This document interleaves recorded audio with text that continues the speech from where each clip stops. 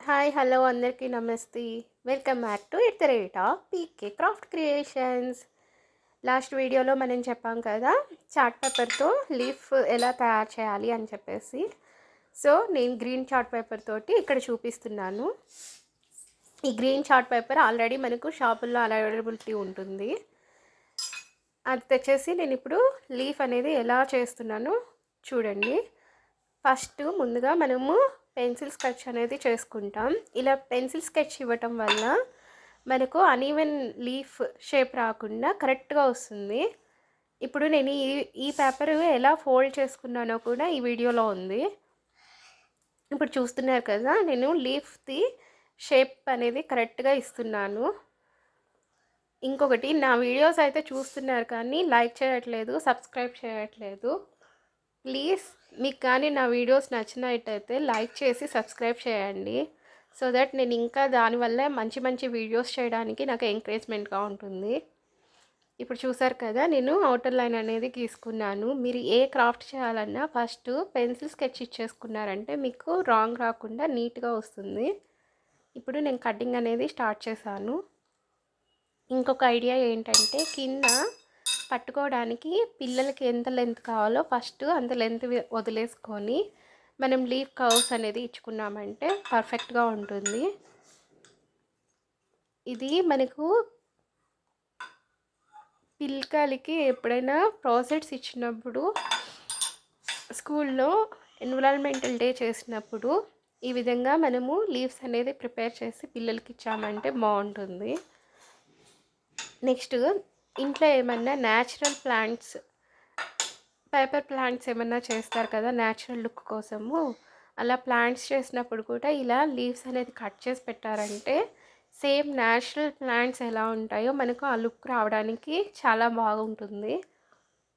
పేపర్తోనే మనం ఫ్లవర్స్, ఇలా లీవ్స్ అవన్నీ ప్రిపేర్ చేసామంటే షోకేస్గా కూడా పెట్టుకోవచ్చు. ఇప్పుడు చూసారా, నేను నిదానంగా ఏమైతే పెన్సిల్ స్కెచ్ చేశానో ఆ మార్క్ మీదే నేను ఆ మార్క్ వరకే కట్ చేస్తున్నాను. సో బేసిక్గా నాకు ఇక్కడ ఒక చార్ట్ పేపర్కి 2 లీవ్స్ అనేటివి వచ్చాయి. ఇక్కడ నేను బిగ్ లీఫే తీసుకున్నాను. పిల్లలకి స్టేజ్ మీద ఎక్కినప్పుడు కూడా లుక్ కావడానికి ఈ మెజర్మెంట్ అయితే సరిపోతుంది. సో నేను చార్ట్ పేపర్ని ఫోల్డింగ్ వల్ల నాకు 2 లీవ్స్ వచ్చాయి. మీరు చిన్న చిన్నటివి చేసేటట్టయితే మీరు దాన్ని ఫోల్డ్ చేసుకునే దాన్ని బట్టి మీకు ఎక్కువ లీవ్స్ అనేది మీరు ప్రిపేర్ చేసుకోవచ్చు. చూసుకున్నారు కదా, ఇప్పుడు లీఫ్ అనేది ప్రిపేర్ అయిపోయింది. సో పెన్సిల్ డ్రాయింగ్ ఉంది కదా, అది నేను లేకుండా ఇక్కడే ఎరేజర్ అనేది చేస్తున్నాను. సో ఫైనల్గా ఎరేజర్ అయితే అయిపోయింది. చూసారా, 2 లీవ్స్ అనేటివి నాకు వచ్చాయి. సో ఇలా వచ్చిందనమాట అవుట్లుక్ అనేది. 2 లీవ్స్ అన్నాను కదా, ఈ విధంగా 2 లీవ్స్ అయితే మనకు ఒక చార్ట్ పేపర్లో వచ్చాయి. ఇప్పుడు నేను కింద ఉన్న చార్ట్ పేపర్ని ఎలా ఫోల్డ్ చేసుకొని నేను ఆ లీఫ్ కట్ చేశానో చూడండి. ఇప్పుడు ఒక చార్ట్ పేపర్ తీసుకొని సెంటర్కి ఫస్ట్ 1 ఫోల్డ్ చేసుకోండి.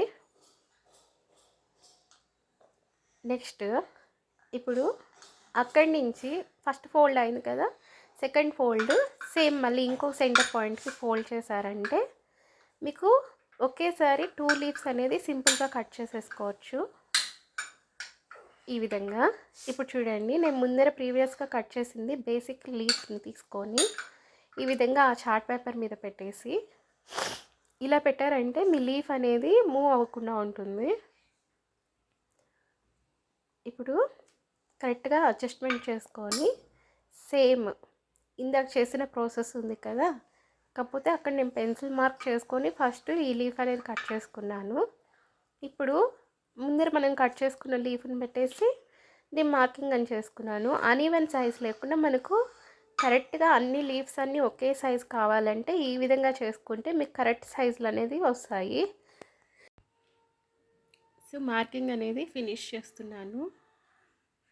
ఈ విధంగా మార్కింగ్ చేసుకొని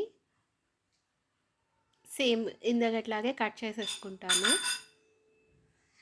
నేను ఇప్పుడు ఇలాంటి కర్వ్స్ అనేవి మీకు చూపించాను కదా! మీకు కావాలంటే డిఫరెంట్ డిఫరెంట్ మోడల్స్‌లో లీవ్స్ అనేటివి ప్రిపేర్ చేసుకోవచ్చు.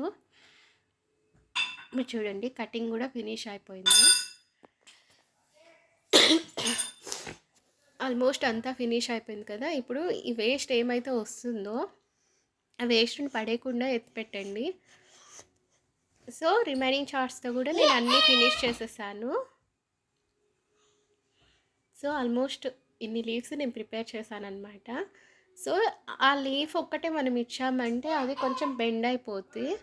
అలా బెండ్ అవ్వకుండా ఇక్కడ నేను చూడండి గ్లూ తీసుకొని జస్ట్ ఇంట్లో వాడుకుంటాం కదండీ చీపురు పుల్లలు, ఇల్లు చిమ్మే చీపుర అవి ఉంటాయి కదా! ఇది టెంకాయ చీపురుతో నేను చీపురు పుల్లతోటి ఇలా పేస్ట్ చేసుకున్నాను. కావాలంటే మీకు స్టిక్స్ కూడా అవైలబిలిటీ ఉంటాయి బయట స్టోర్స్‌లో. ఆ స్టిక్స్ అయినా తెచ్చి యూజ్ చేయొచ్చు. సింపుల్ కాస్ట్‌లో అయితే మనకు ఇంట్లో దొరికే మెటీరియల్‌తో అయితే ఇలా చీపురు పుల్లలు యూజ్ చేసేసేయండి.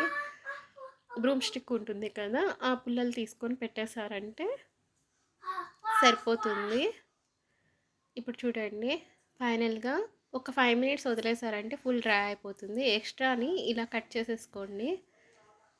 సో, పుల్ల స్ట్రెంత్ లేదు అంటే మీరు 1 స్టిక్‌కి ఇంకొక స్టిక్ జాయిన్ చేసేసైనా మీరు సెంటర్‌లో పెట్టండి. అప్పుడు ఇంకా ఫుల్ ఫిట్‌గా ఉన్నట్టు స్ట్రెచింగ్ కరెక్ట్‌గా ఉంటుంది బెండ్ అవ్వకుండా.